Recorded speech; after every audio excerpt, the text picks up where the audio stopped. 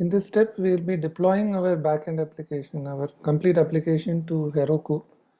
So you need to create a Heroku account. I'll log in with mine. Once you're logged in, you can create a new project, a new app. You can give a unique name for the app.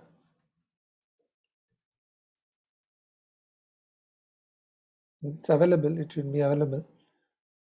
So once you have that, you can choose a region, any region is fine, and then create the app.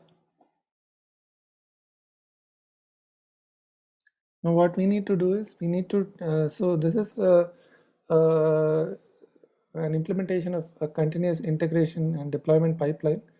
So you can, the moment you push to GitHub, Heroku can be given permissions to get to know that something has happened in your GitHub account, and it can pull the changes for the specified repository, and it can deploy it and run the Node.js application, start it up, npm start it up, and make it available. So for this, you have to give it permissions. First step, we will actually tie it up to a GitHub repository. So we'll choose a pipeline. Sorry, we'll deployment method choose GitHub because we have been pushing to GitHub. And you need to give permissions. For me, I have already given permissions, so it's able to access my GitHub account. For you, it'll ask for permissions. You can grant Heroku permissions. Then I'll just search for that. And it picks that up. I'll say connect. So connect. Now it's connecting. Now it's connected, and anytime we can deploy the changes by clicking here. We choose the branch. Master is the branch we have been pushing to. Or you can enable automatic deploys. That is, whenever you push to GitHub, this repository, it will pick up the changes and automatically rerun the application. That would be really great. We don't just push to GitHub and it will automatically rerun our application. So how do we actually make Heroku work? So in our application, in the backend application, you need to also add in the server, you need to add a file called proc file. So this is just a requirement of Heroku, this file called proc file, process file. And you say web :npm start, the command that's used to the web application, and this is the command to launch it, because that's the one that we use to start it up, npm start. So you give that, and you can make a commit, but before that we would like to set up the environment variables. So whatever production environment variables we had, so I'll name this back as .production. Last step we had actually renamed it the production to just .env, and I'll rename this back. So whatever production environment variables we have, we will set it up on Heroku. So where can we do that? So to set up the environment variables on the machine that where this is going to run our project, our app, we'll go to settings and come down to reveal config vars, and we can set up these key value pairs here. So db host would be this, and so we need to set up each one. I'll just do that. We have set up all the environment variables that were there in the .n.production.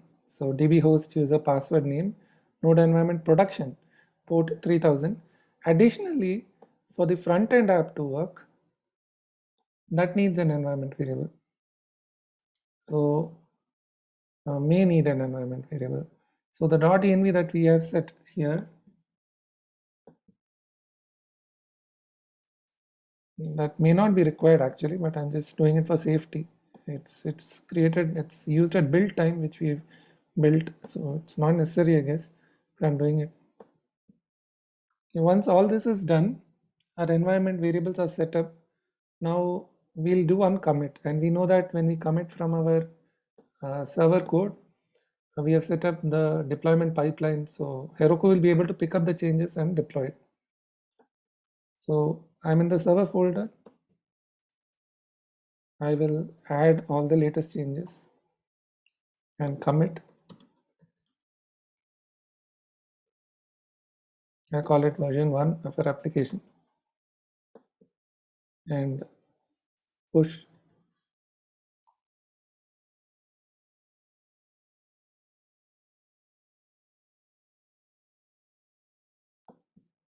So it's being deployed.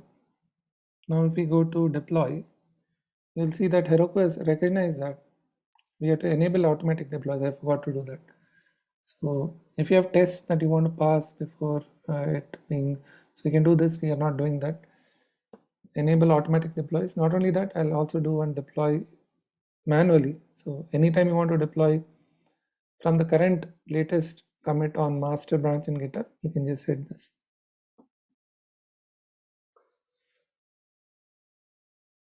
So now it's picking up from GitHub all our files. It's in doing an npm install. Build succeeded.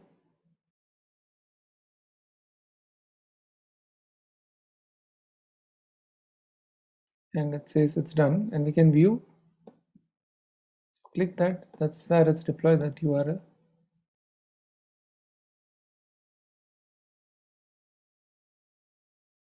Okay, it says it cannot get.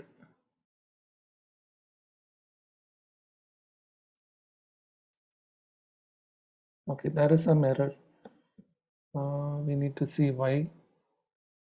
So in case you need to debug, see what is happening in the console, etc. Because here in our local system, we can see when we're running, we can see the console logs. In Heroku, you can go to more. This is under deploy, or generally on top more.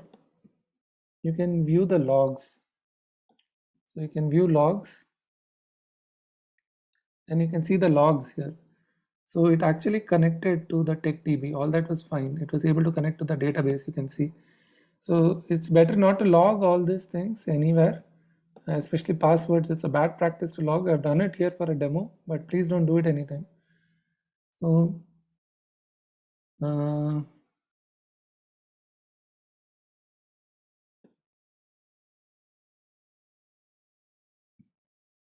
so it's connected to the database fine. The port where it's running on is this. That's fine. Okay.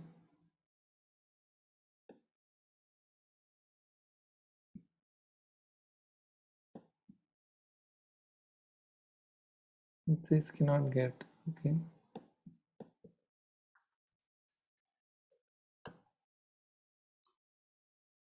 Okay, there must be something that you are doing wrong. I'm doing wrong. Let me check that. I'll get back to you.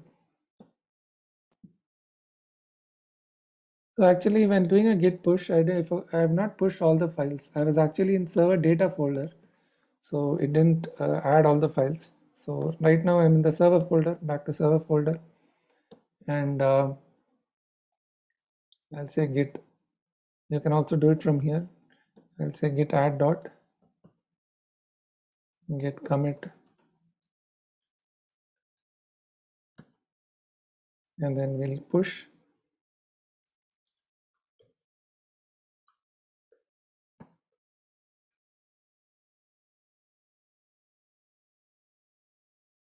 No, because we have tied it up, we'll see that it's actually again deploying, and sometime we'll see that in the logs.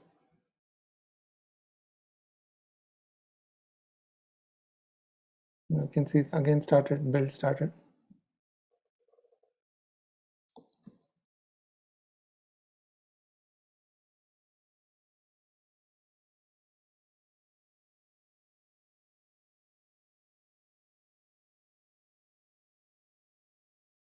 And I'll take some time.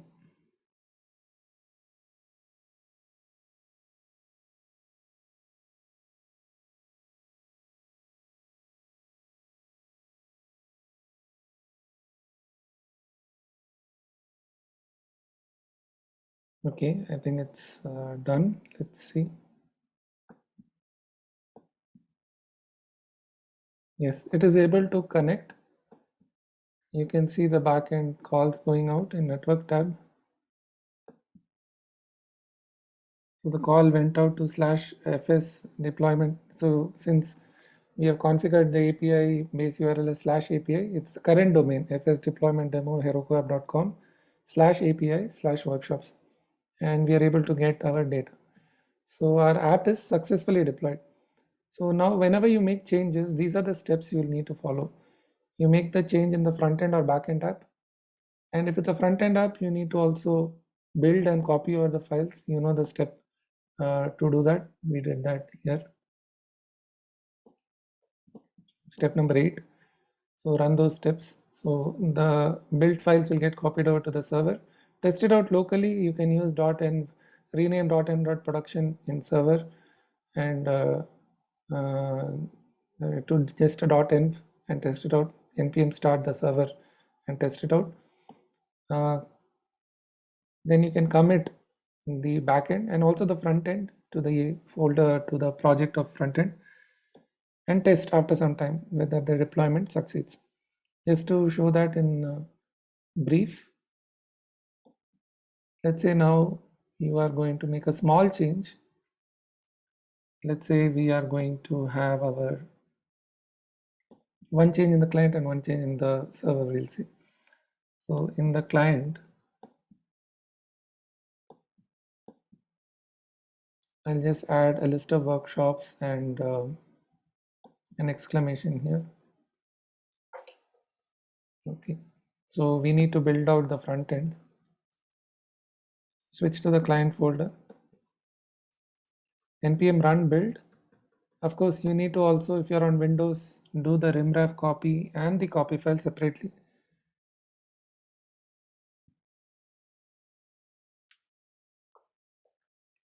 So now it's got built, and it's also got committed to, it's got copied over to public folder.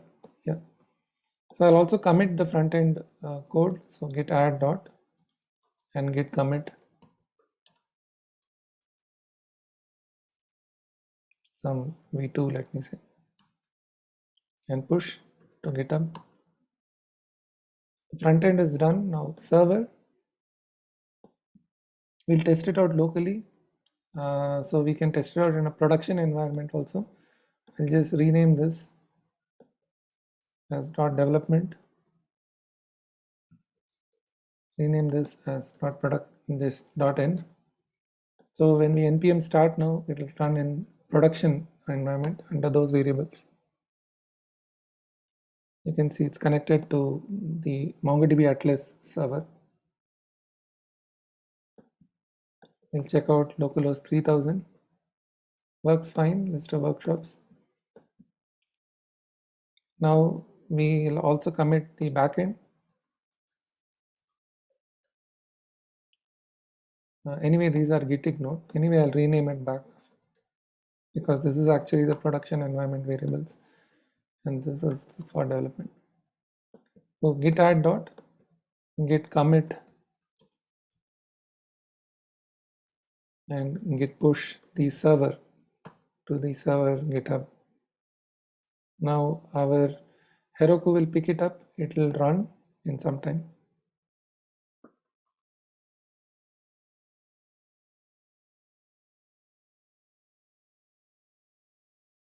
So the build hasn't started.